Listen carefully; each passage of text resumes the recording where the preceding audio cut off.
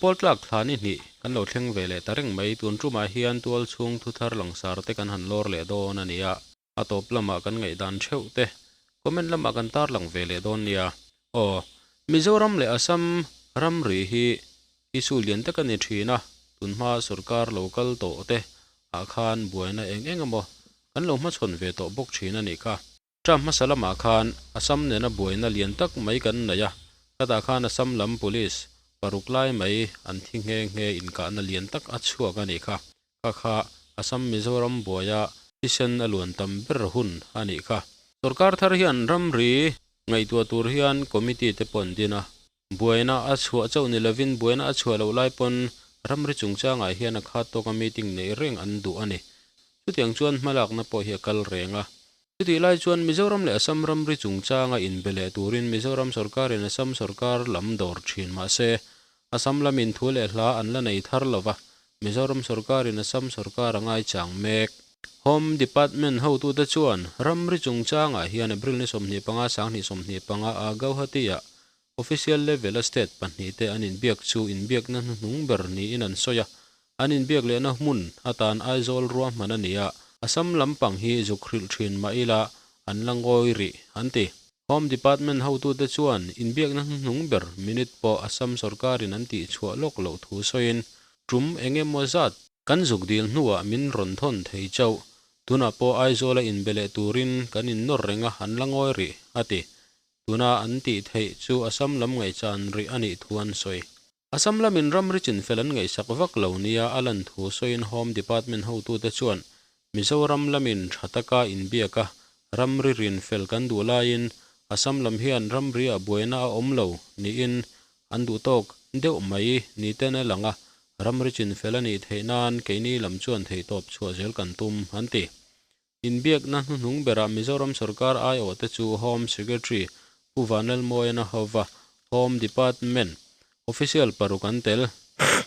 Assam sarkar ai o te chu Border Protection and Development Secretary Prabati Thausenin ahawa Home Department official parukantel baka video conferencing in Hailkandi DC le Sri Bhumi DC te antel official level in biak na hian ogas ni kwa sang ni somni palia aizola political level in biak na gotul missiona anrel to angin ramri shula status ko von chun zom zel ni se anti a hemi chungchang hi Mizoram nei DC te bo zui turin anda Assam lamin ramri shula malak na thil rang a kut an thlak thin chu ramria boruak thalo thlen thei ani awangin mala chun zom to lo tura hrilan ni Mizoram sarkarin Mizoram le Assam ramria apom 1875 notification kai noya Assam hena lekha February ni som pathum sang ni somni pathum le November ni somni pariat sang ni somni pathuma an thon te chu uluk tak le chipchiar taka soi ho ani a 1875 notification ina huam chin ram chungchang le achunga khwa village te omdan Mizoram in Assam hena apek to te soi ho ani bok Mizoram sarkar in November ni somni pariat sang le somni pathuma 1875 notification kai noi thil te Assam hena athon chu Assam sarkar in channa mumal takin amalamin thon se chumi nuwa official level meeting a soi ho le ni se tia thuda ania hunrem chang masabera official level in biak na Mizoram nei le turin ro manna an siamani heti lai hian Chief Minister chuan Silver Elephant Award adonga hemi chungchang hi Mizoram media te chaw ni lovin national media te pon an puang chuai maya kaini pon hi han tarang vele zokila Chief Minister Pulal Doma chuan November ni somni pare chanel somni panga khan Bharat Scout and Guide choi moina sang ber Silver Elephant Award adonga CM chuan award adon chu ama mi mal lotlin na ni lovin Mizoram mi pui hlo chua ani jok thuwa soya Chief Minister Pulal Doma hi Uttar Pradesh ko puilak na wa Bharat Scout and Guide kum somruklin lom na le 9 National Jamboree manna atela Uttar Pradesh Chief Minister Yogi Adityanath le mi poimo dangte po antel Bharat Scout and Guides 19 National Jamboree a hian Pulal du om hena Bharat Scout and Guide Silver Elephant Award hlanani choi moina le kha Pulal du om hena choi moina an hlan chan chu Bharat Scout and Guides malak na atho that chung chuan wang most exceptional service ani thu zia lanani Chief Minister hi mizo zinga Silver Elephant Award dong pariat na nia mizo jinga dong ma saber chu pusang thanga let ni in kum sang ni khan adonga pulal du oma ma a adong hnung ber chu pilal ro sang ni in kum san le som pasari khan adong pulal du ma chuan mizo mi pui khwale tui tha ram le khotlang ta na in pezo em midang te ne na tho ho thiam mani in phata midang te tran pui tura in pe reng thin te awangin he choi moina hi min pe ni in ka hria keima mi mal hlotlin na kangai lova mizoram mi pui hlo chhuwa zo ka ni hati Mizorama Bharat Scout and Guides ho tu tele Sport and Youth Services Department a atho pui te tho rim na lom thua soibok mani khan kan puang zok to a niti ayok le mi poimo central mi poimo te khan Mizoram so thing thaldan te malak zel dan tur te khan soitlanga Ginger capital of India ti in Mizoram khapuan ni se an lo ti to a hei tuna hian Chief Minister Pulal de Omahavin Nimin Khan Mizoram Agricultural Marketing Board te chu CM Conference Hall an thu khoma Mizoram chu niti ayokin Ginger capital of India apuana wangin lom thuan soi so thing leina hian Mizoram sarkar in kumina hian cheng vebel cheza somthum pasari noi somsari pani changli zali somsari pasari point panga bial aseng ehuna hian November ni somni palia New Delhi ane izotak Mizoram sarkar le niti ayok board say stakeholder consultation for Mizoram Ginger produce chungchang report ania meeting kha Mizoram State Pola New Delhi official meeting lian ber alania hriatani sarkar lai puya ministry sang ai ole so thing le tu tele process tu investor somruk chuangten Mizoram so thing le rhal chungchanga in ron khom na kha an nei ani kha consultation meeting a hian neti ayok chuan Mizoram chu Ginger capital of India apuanga hei hian Mizoram chu so thing quality tha nei tu state ani zia ati chiang angai ani Mizoram chu India rama so thing thar tam state zinga ain hlang chhomek boka MAMB meeting chuan niti ayok chunga lom thuan soya so thing quality tha chemical laka him ngei thar chuak tura na sa zo ka tran lak zelan rel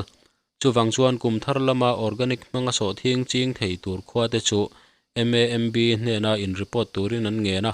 organica kalpui thei khwate chu collection center kaltlang kherlovin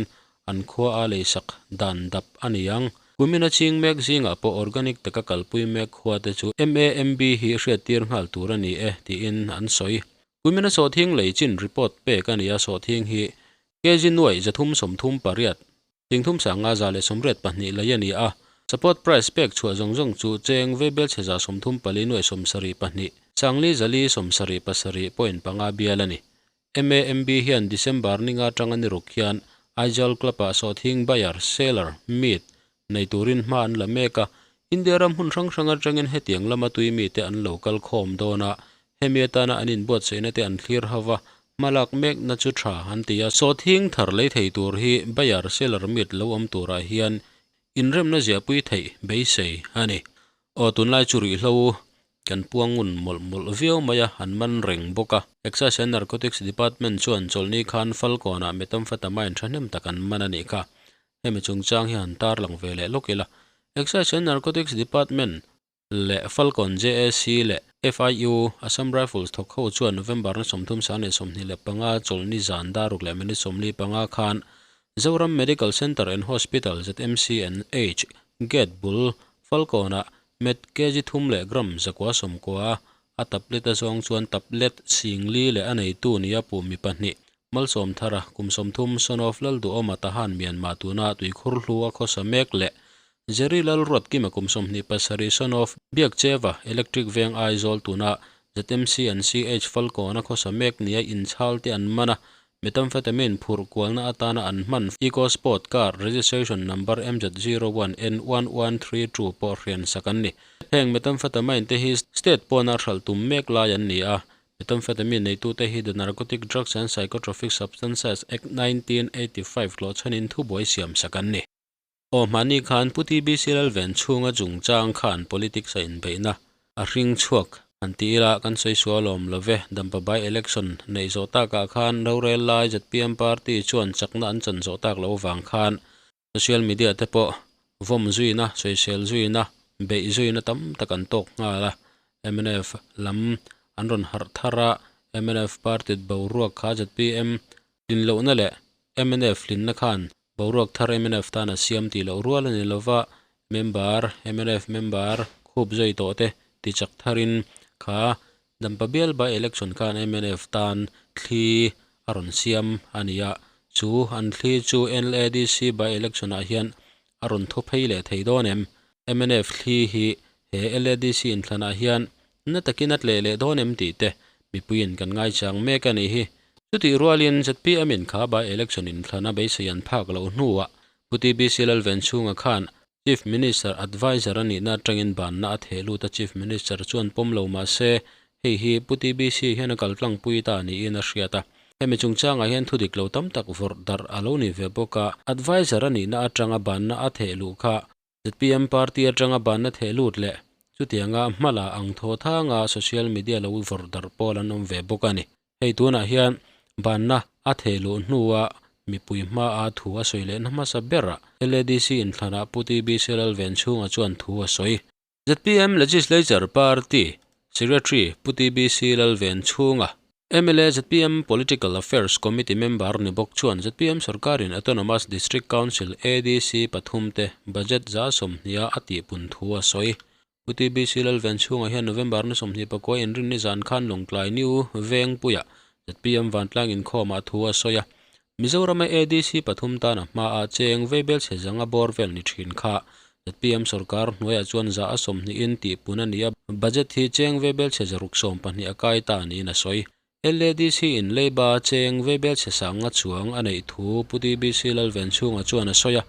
arul na tur ngai tu ngai mi puiten tho pui nei thei tur an thlan thiam atul longtlai bypass kong siam zo lei thei lo po cheng vebel chesom thum ba chu State Sarkarin Sarkar lei puya apek sakvek thua soibok ZPM PSC member chuan ADC mi puitana thanem ngaina wangin ZPM Sarkarin remlo chungchungin vebel cheza somli paruk chuang apek to thua soya remlo chunga cheng vebel cheza somli paruk chuang pe to tu he Sarkar hinge chiri taka candidate po nei kim theilo indu ho tho pui thei tur hi thlangang uti in LADC mi puita som pulal chanda maral te in a campaign na ADC ro rel na nget awm theinan anti defection law an man tur thu a soi chungchang changin TBC Lalvenchhunga chuan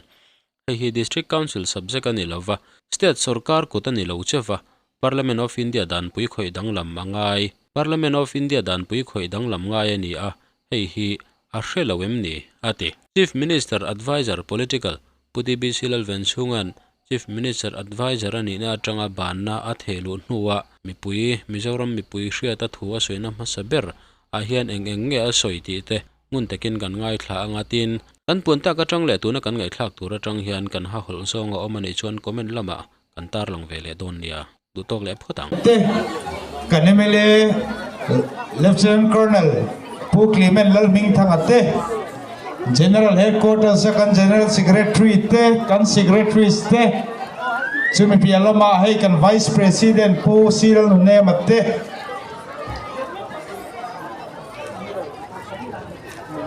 Zanina helaya kan tu soi longai khatu zong te amasai ni jawai in chibai kabu kachu kan maloka LADC in than pui kan machon meka in puachana akal rei to hlea mi pui mi mirtan pheichuanin kan campaign au la tam takhanen hi chuan a eng berhinge oi tur ti hriat har to khopin kan du dan danin kan rem ti dan danin kal pain thu kan soi mai thina kalo hria dan chuan ke po hi ZPM atanga bang to ten min lo chuani oma zanina hian ZPM atanga ka bang lo mai ni loven helai roma LADC election a hian ZPM in nena chan ngei theina turin ka zan thumna alo ni veta kan khir kwala angai noma mi puite thir dan le su khek te kan nera ma kan vaso nem ti hi ama sai ka soi duwa heram hi adam lo tin zoram dung le wanga kan au thina ZPM lo sarkar ta ka wangin adam thuta ni silwa mabak akora thak mai sia mun tam taka kan soi to he sarkar kum di lek chunga mason na kan mutam takte zanina hian ron soitum kanilo amairo chu zoramin bungtharakaya sarkar thar ahan oma kan campaign dana ro chu tam tak chu alangai rengane in soi chiat nate in chirthe nate trong kambuluk tak taka an fiale man to chuang lowang ti ni om tak maya dot avar an ti thin mai ang chi han soite kan la sim lei thei reng reng lo maya mun sang sang ayan thu ka soi ve thina tv ate khoya kan tu soina hian a soi ne me mai an han tia a trong thei li tuk ten han tia thu dik soi chon trong thei angai bok sia ngoi reng chon thu dik a soi thei bok si lawa kan thu soi a dik lo an tingam bok si lawa kan maloka dampa by election in than liam ta kan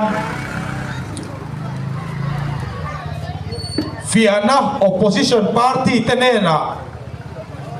kachu ani kha khamizana se pm sarkar thil ti zo zai kha diklo omani chon rti sela chua chal kangama debate kachowa anduna muna sarkar kalta tale he sarkar thara adanglam na kan soite kha document nen atakani ti hi kan soinga mani ti ka soikha hey kar liam tha liam le dom to tu mai na diklowan la ti chuang reng reng lawa youtube pa noi chuang in an ento mizoram mi puiten adiklo antilo reng reng thu digani kan soi trin ni chu mi kan soi du na pachan chu tun by tun general election ADC kan an machon tura po hian mi tam tak chu ka soi lawang mi puite ma kan tu soi film khurawangai to takem ti hi ne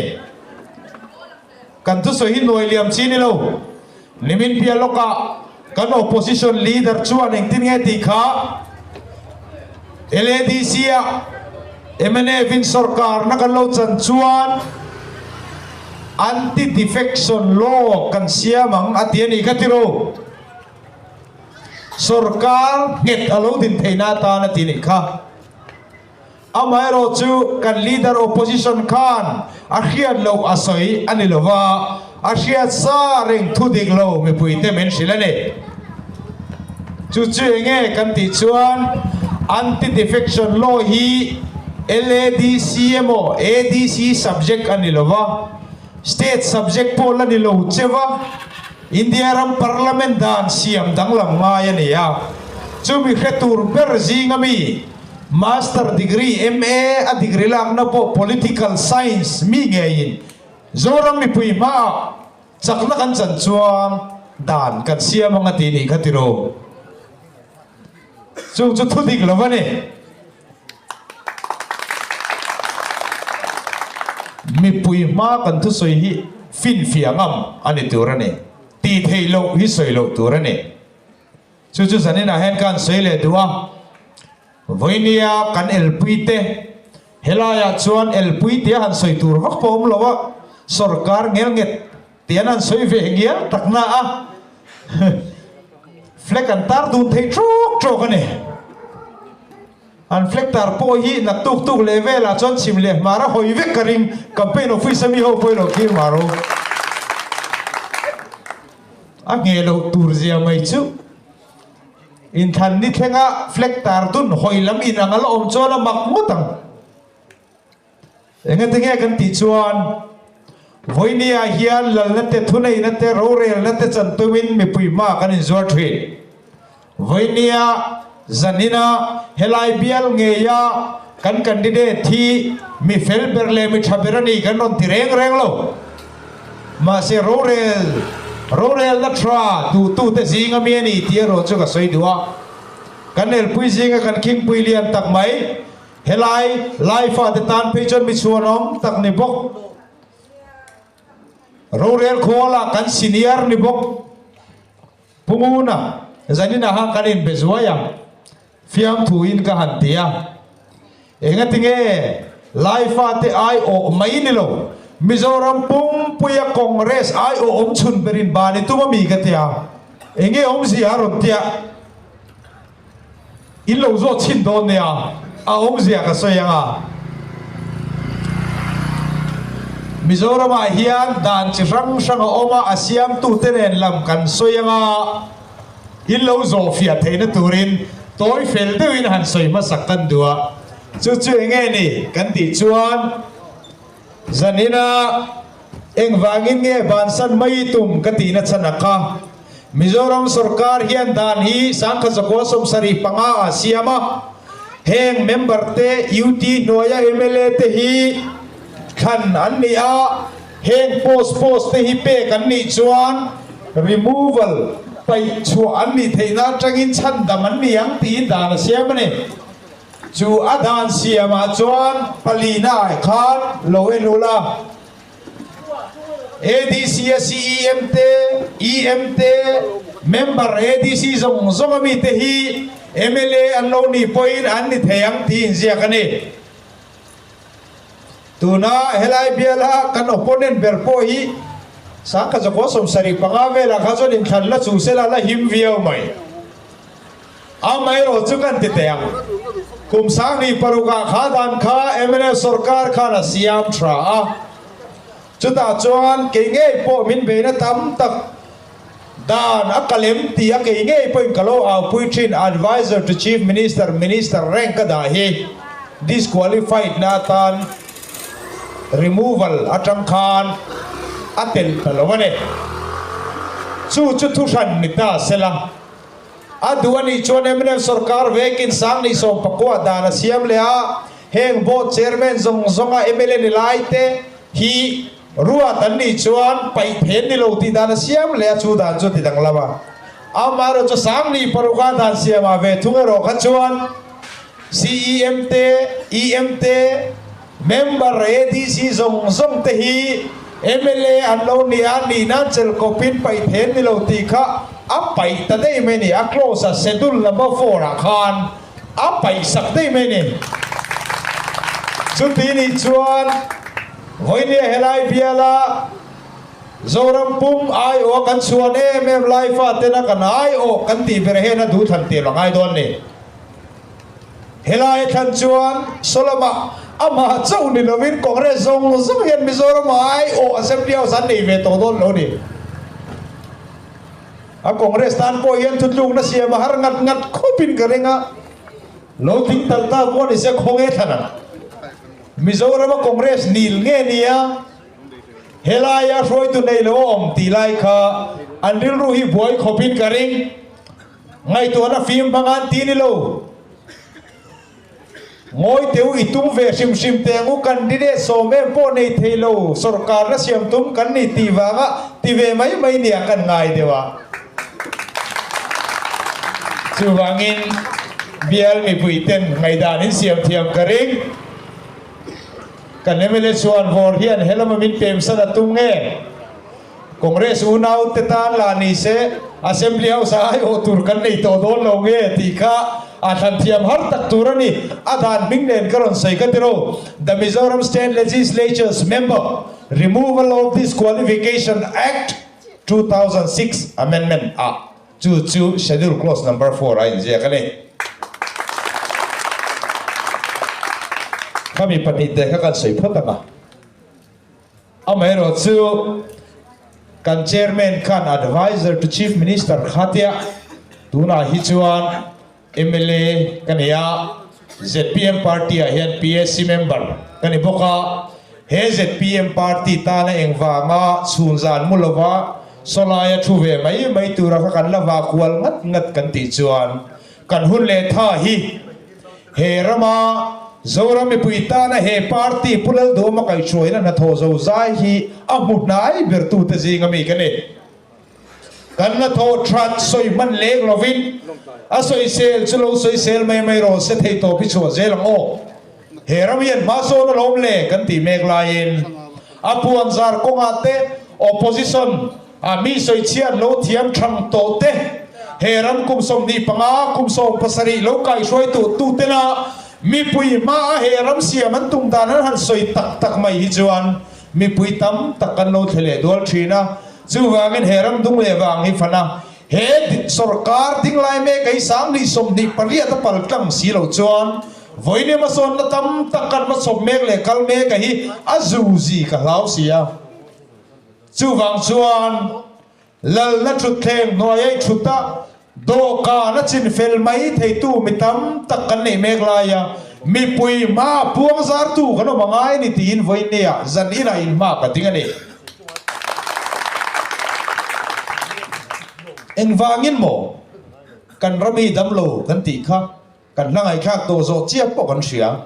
tu na hena dam thu ta ni reng reng lo zanina jon kan maso dalam zong zong khasoi ka tung lo ma ro chu eng wangin nge life ate hian eng wangin nge ro rel na thra kan ma mo ve to chumiti lo tling tur chuan zanina kan thu soi ngai kha phak ta hian isil fia dar te mu achan chu tun din huna hian Mizoram sarkar leibat kan soi mek lain helai LADC kan leiba noi sang na chuang hi tunge rul tang mun thin khada kan ron kala kan lo hria hlo po pe thei lo tiri te ka han hria ani da dik tak kan thedem zanina hian khale chen kan sarkar atiro dan kan siama tu sarkar lain nge Mizoram Second Finance Commission kha pomani kha dan noya kan chan vo chia kha min pe tak tak mai se la tu na hian kan budget thi vai bel se za chuang ila tem do na ne enga tinge chan kan ti chuan Second Finance Commission chuan in Mizoram chia mu zong zong atanga za somli pani hi local body te tan ada sanga ne kumtin suada saratanga za som kwa chu ADC pathum teranin semang atile ne ma se Mizoram chunga chialu zong zong hi vai be che sang khat zali vel po ting thamang lova chu ta tanga za somli pani chu han paita ula vai be che zanga le tlem alo ni ya chu ta rang chuan za zela som ka han pai le ta ula ADC pathum te ta na budget ta kumina sum om thei zong chu vai be che zali som sari vel ne amaro chu ZPM sarkar chuan kum danga vai bel che zanga ADC pathum te min pek thina ka tro LADC nge vai bel che za som sari lek budget ni thina te kha engza tin nge ti pun kha vai bel che za som chuang ina ta punga zaruk som pani kan mu ni ka tro tunge he ADC hi mangai ta jok ni yang he vai bel che za som pani apun na kan chu ta ula za zela som ni chuangin ADC budget a pungani chuti mek lai ro chon Mizoram sarkar pum pui budget ro chu nikum le kumina a in puna in khauna chu za zela cheng khat chawani thungani chuti chum chu za zela som ni pengam chu ZPM sarkar ne chu mang tha kanin tm tie ro chu tu na janina hen zo cheu ka du ne janina kan ai o kan than tin to thin te le kan than tin mek te hi kai suai tu solomon changa kan om point kanin ngai ven pui ngai lo tiro he ZPM sarkar hian helai bypass siam na turata na sum luang ral to zo lei thei si lo wang khan kumin lok mai khan vai bel che som thum chuang central sarkar azurul te renga mole kan soi lam ngai em tiro kum som liam ta mi kha helai long kai bypass siam na tur nge kan sum man zo zai to kha azu zita ka wangin kan sum man to zong zong kha he se PM sarkar yan central sarkar appelet vekani vai be che som tum kan minister tenan soilo mai the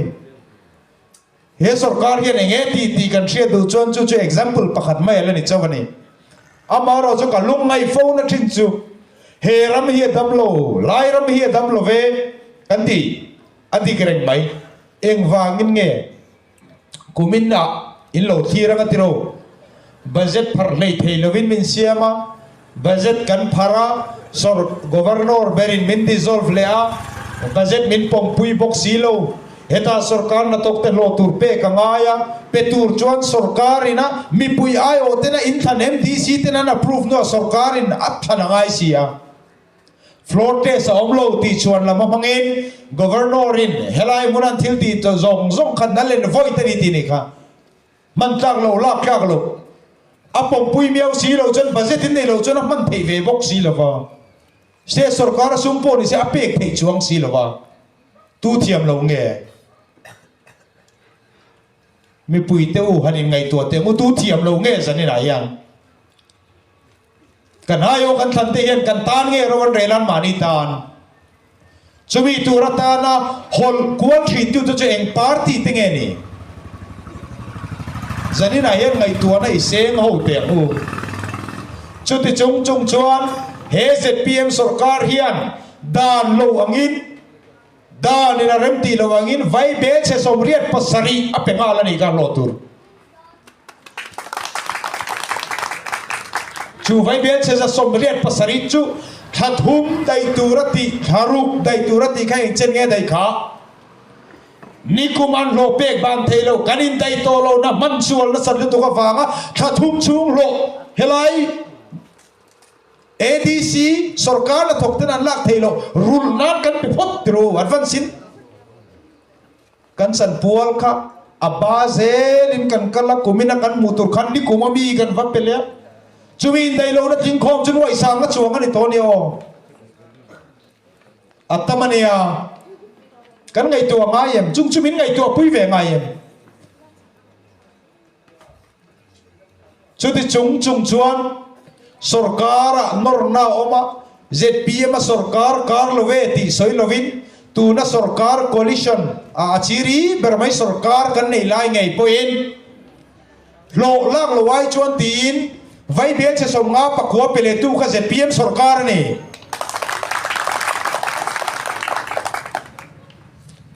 chuti chung chuan ngai tu ma teu dan lo angalak te governor phalna lowa na thok heti zat kan lo in lak a get zat le a get lo zat chu ka soi lowang an list nen kan nei vek chu mi te ta na lo an pek thei lo wanga lo pe thei lo min ti tu te hian kan pek thei le thei lo chu sarkar min pe ula kan siam ngai tu nei manga ngo da ne ren ti lo chung po vai be che za som li parok chuang pe to tu hi he se pm sarkar nge hi ni lovem ni tu na changarei lo te a he sarkar thara pianga ga sarkar chi ri ngei du candidate po nei kim lei thei lo sarkar pian tir phet nge kan tu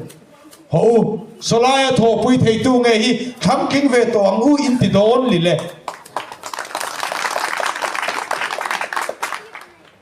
lo ngai ring maro kumin sung zonga salary lo atana budget tight fund kan tiami kha tun sarkar hi engang poin lo piang se a hau tak tur je chokan soi mu chinang cheu vai be che som ni pakhat sia nei to kumin lo pek na tur sum hi budget atangin vai bel che za som li parukin tharuk adai lo chuang vai bel che som ni paruk vai bel che som ni pakathian tharuk da ala dai ringen council thok mek te lo la mek te poka zo tu cheu ni pe chuak vek po ni cheu ina tu nai vai bel che som ni pakan bak in ni to lo lak tu ri kumina enge chan kan poisa hek lo mi pui nen theng phak lawin indu sak u chuak na mangte vote zon na tan te na kanin siam nge bu le kan lo mi siam thangam sarkar kan ma mo toin ti ve bu planning department helai ADC LADC planning department hen mi za som ko pariat don an thuni chu chu mizoram sarkar pum puya planning department ai pon tam zok to ni forest department hi en tu mi zani som nga paruk chuang aget lo nen pe chan soi do ni la atam rap thak lut tu order rom lo nen kan lak bo mizoram sarkar ti at ADC hian department kan kol khe thua mai ni chumi siam thangam soi ngam tu ra chu tu nge kan neng eng wangin nge ai zo la wakala kapu khong ai takin sumin pero kapu kan sarkar chon in sarkara kan lo in let le mai nge ti phei tur ai o than hi nge chul na he rami ka siam thave to nga min siam that pui te uron tingam hi ni kan mo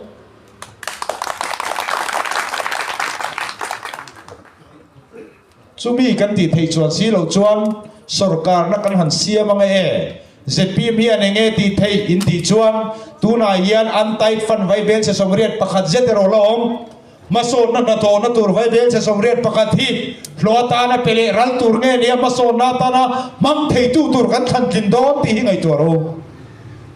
thali chi om to thali chu nga vai bel se somriat pakhat maso na thok tur hian tu nge in tho pui do la tu nge khan ve don le khatiang sumom zo zai kan ngai to khan aman hun tur te kan ngai to amang tu tur te kan ngai to chode chung chung chon ZPM sarkara party kan khoi tu ten khong ai tekin lo lu roi tin he sarkar ti der thong tur mo ti dang lam tur len voi khat poron ti in karing lo anon country ka office ngai po LADC kan khoi tu te kan official lam te ni mo kan elected ho khengin a top thengin kan ne na ponon kalve thi chu an ma ka soi po ne ya tu na yan fin fia ka langam ve ka ni ka soi ka pero thali lo om tu ri vai bel se som ni pakhat ne thakat lo po dai lo tha thum dang lo ye tin en ti le don le vai bel se som riat pakhat pe don ta cheu po la thok thei tu ri na ma mi te khange tha thari lo te thei tu ri kan thanang ti jani na ngai tu na seng tu ri ka ngel du cheu ne ai zona ZPM sarkar ta ka wangin heram hi dam ngot lo ati dam thei tu chu ke mani hi kan ni sarkar ngel nget tak tak kan du tak me wani chuan du than tur nei tu te kan ni lom ni ei ru la ka filim satlia mai ni loi ka mu pha ka ei ru te chu a to khe ka ngam ti kan lo mani lom ni chulam chu mi pui te hian i bo tan ve tong u long kai town area keini mi pui te hi chuanin he laya a district area council boundary lampang tenen chon in khai khin lul lawangu sarkar nge siam ngam tura du than na nei thei kan ni ve to ni voinia ke ni jo kan ral mai thei kum som ni lo ni chon kanom to lo po ni thei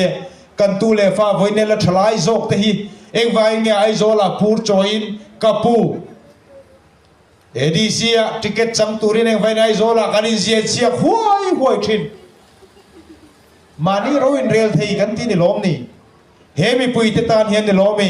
voinia hian helai district pakhat atana apakhat poni mai lova chakma pai phei chon chakma ne na kan bel phei chon kum khata vai bel che zali bel te me mai kan nei te re ga ni vai bel che zali ron ran hi en chi na mu enge kan mo adik to kan ti re ngem kan nen kan san vo kan san pol kan san ai development hi kan mu phai kan in se re ngem chu mi siam tha thei tu tur chu ni tu na hen sarkar ho i thok ho wa mu ti zani na hen ka som du chu ni healthcare awanga lom na zo zai te hi va lo mem tu gina message ka donga kan bial lama kan local council rang vamol in riat ve ve karing ka bial chu rang vamola kan local council secretary chu van doi khak tak mai thani liam ta khana kan sara lom tu sei na tu kinaron post chu minon te ka minon thona har sa em a BSUP kan ti mi har sa te che na turata na sarkar na siama cheng me kan ni alom turon soya chuan sarkar in mak saloti vain chemo treatment zong voi ni thlegin cheng khat ma kala seng lova he sarkar hi va thai mar ti ni afam kim veke kan tireng reng lo voini a hen exam nge kan ngai ten shem he sarkar hian sum exam nge sefa sumeng te nge kalpuya me pui nen theng zo ka tiam thariat na kan liam don to healthcare man na tangin vai bel se somriat panni pek chuani to leiba om ve to ngai lo tiro mi singa chuang te me mai in poisa pek ngai lovin he sarkar zar hi zu zo to te renga mole da moritana taksabar som na vain khopui zo kan pan lo theilo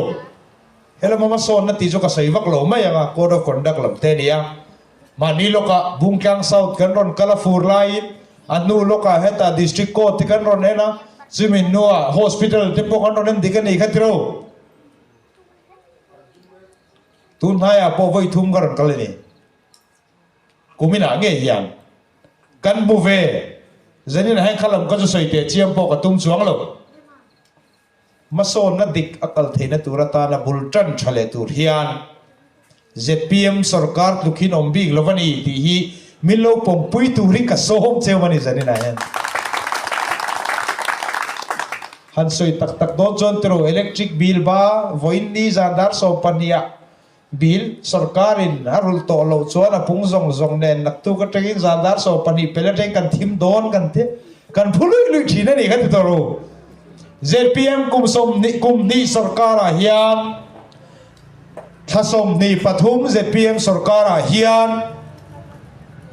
late fee vai khat ma achoi to lo mai ni lovin ahun ma a electric bill pek ani awangin mi pui chon kan pe tro ama cha sarkarin lo zu pathina tuna chona hun ma kan pek awangin nuai zanga don te me mai ngai dam kan han ni te reng ania chu chu ni lom ni kalphung thar kan tia kha kan lo be se china kha ni china ka soya bor som na wang khopu yenin kolin kan kalawan doi kha takin mi ring kan sang talawa mani kholama phur ho na tur po nei to mang lowa har sa ten khomai na dilin MLA takalin phone siang thina ni tro mani kho theng ruang phun na tur po nei to mang lovin za po do zo lovin sum kan nei to miao lo wangin mi khomai dilin ruang phur kan dil thina ni ga tro ma se hei thaso pali chung hian Mizorama an thi na muna tranga an ruang dana theng chu poisa pek ngai to lovin sarkarin a thoni na tum sak tavik zo kan itro kan zaum na min va hum ham him sak chiang en mi ne na khongai dil ngai to lovin ambulance phone na directin hei hi phuro le ti chia kan na ne assign chia kan na ni to ma hi kan so na ni tiro kan tiang ka soi turi zani na ka ngal tu ka kan soi jo kan soi tui le tu ka nga ni chin nimina officer pakhat ne na tagin message ka donga hei hi lo chiar vela ka ti te chu chu nge ni kan ti chuan Mizoram sarkar UT ani atanga state kan ni thengin nor chop ngai lova sarkar na thoktere pension te DA DR dearness allowance le dearness relief nor chop ngai lo pet tu sarkar ni mai lovin mo aron zia dan dik taka chuan nor chop ngai lo pet tu sarkar mai ni lovin ale peka apun hun tur khesa le apun dan tur khesa sarkar ka vai khat ton hiat na tin kum somma chuang sarkar ton ton ne chu chu in rel bol na thani don lovem ni sarkar ma sa chon DA ti phunga tiro wa thuin sarkar na tok tane na po chu chu a im pau na GP ate bel sakhina ni ka thulin amai ro chu tun sarkar a het 8% te me DA kan ti phung man che khat ma chu sakada that sakom loina poisa ina na kauna da sak fekan ni boi ni thengin chu tiang finance minister chief minister ni bok kan nei chu ilom nga mangu ho heramian ke adik zong ina pe na ni ti isoi ve ngam to mum mi pui kan ngai ven lo zong ne mai the karon soya kha a system mom cha ma helaya in siam le in herrem vela hian mi pui ten tun ma tangan lo ti thina nga politics an ron soi tam takhi za hi ilo oilo ngam chin phot tem u an du ni chon platform a soi ho na kanin pe reng thin kan ti kha amara jut na tho angai tak tak chon kan puang zar ve man lo kan na tho thatte kan minister ten an puang zar man lo chung te wang cho kan ron puang zar sak thin jok mai chawani he sarkarian na tho chu chu pom nga mangu chu wangi soi tur tam tak la oma se in be na khovel ania politics khovel ania rorel na chantumin thei patov kanin chu atri amai ro chu thudik soi zirila mi pui te kan chan vote tu nge min khil ti politician hi zong ve ngam to u chu tiang ti tur chon ai zola tu nge sarkar tlon chop ngai lo tiro atop na ta na pakhat kan soi le du chu centrala project ka soi thiam ka soi thei tin a zong hi an thei lo je ka na chiang to khop maya kum ni chung office ka thut ve chung ya state sarkar ta na allocated fund re nga hi tu ma soi chuang ai len kan na soi chuak fai ve ka ni MNF sarkar khan example toy te kan penge sarkar kalyam ta soi chiat na ni lawanya sarkar kalyam ta chung khan 15 finance commission kan bang tana ni khatro sang ni som ni pakhat tangin hey na kum thar mai mar tha to ton 15 finance commission ka 15 finance commission chung khan nesits kan tia northeast special infrastructure development scheme tu ma NLCPR tia kan thret thina ka nesits cha chin ni om OTRI an tia other than road infrastructure pakhat jok chu road nesits road chani vai bel che jani somria chuang ve kha project pakhat ma siam lowin kan sarkar khan lo la dania chu ZPM sarkar hian approval ala fel fai fam kim victo kum ni sungin ma se tu man ka soi so kan ti ve lo ne mo vai bel che janga somruk kha approval ti fel vek thei kha ZPM sarkar ani kan soi chhon ti ve lo cùng ngắt chú in PMJVK kan soi loi helai a chon hu la thil dam chu ka soi lo mai nge helai thil kal to kha chu chir the na chu soi ka tum lova amai ro chu PMJVK vai bel se zali kan mu tian soi war makha kum khat le chan ve chung hian sports a vai bel se som thum chuang kan mu Mara district tan ama minority area MCA minority concentration area tian tel velo wangin vai bel se som sari pe kan ne sumi piala maizo civil hospital sakthana vai bel se som riat pariat muani to sumi nu athing sulatan vai bel se som kwa pariat muani bok an muza don chukum khatle chan ve kan moman ma sa ka soi chok an ti velo kan minister ten kan mu tur sani na thok tu chuan a mobai ka kan soi kher du na chan chu kan thenom luka kan BJP unau ten ka soi chua kan tia an soi na sa khop mai a soi chuak tia soi tu khan assembly session lai kan ne na lo kala dio letter khong ai mi je sakhram te waron ti lai kha mo a mi ga khong ai taka kan lo je sakha khan ka soi chu min ta ti khum le nga la he sarkar hian soi sak pui tu mo te chiam lo a thok chuak mai ani sarkar na thok kan nei to ni tu na chuan approve na khachuit mureng tro video ate poin lo humai the union minister lo kala ai zol october ni som ni poko press conference an nei khan eng tinge ti kha state kal tang lovin eng ma MLA na ti thei lo ti khumani khan mani minister ge ati thei tu chu kan chiang mai khatiang bok khan VC10 an mani sarkar lai nge yin sang nei som ni pakhat takin voi khat ma finance commission grant an bu thei lo ni khatiro rural development fund pakhat ma kan hai chuak thei ta lo ni kha hei chu kan hai chuak zo lo an ti lo ZPM alo sarkar tharuk chung in installment ni hai chuak ni in kum khat le chan ve lo ni chon installment paruk zu hai chuak sak man ma le amaro chu man bong hai khop mai mar tha thing chiom to vai bel che za som malak chuak langai kan VC te ta tur kan la chuak don chau tharuk chu ge kan la thanga chu ge kan la chu man ngei po ka ring chu sarkar na thokin sarkar na thok tak takin a tho chuani ka soi chuan ti ve dum lem lo tu man kan minister ten chu tiang soi tur chuan zanina hen ka lo dinga khang kan soi piala ma khan saski thatjia an soi lai khan keiri poina chu tiang am ni kan ti lai khan an mu nem jen soi ni katero kum li sung saski an kuta oma kum tin azawaya belkom khan sang khat zani som ni pariat ve an mu manani vai bel chia an pu manani chu centrala zompui nei thain ti tiran soi chho the ni an tight part 1 kan ti mai vai bel se zali village la ve ngar ni aba atho chuangai part 2 3 4 urban infrastructure tante khopui le jok ti chei moinan te tui thiang limin konga sarkar phalak na wanga lak chua thei sum tam tak pat som pathum thenga mani ma se tho chuangai ni soi chua the ni ve lo tunga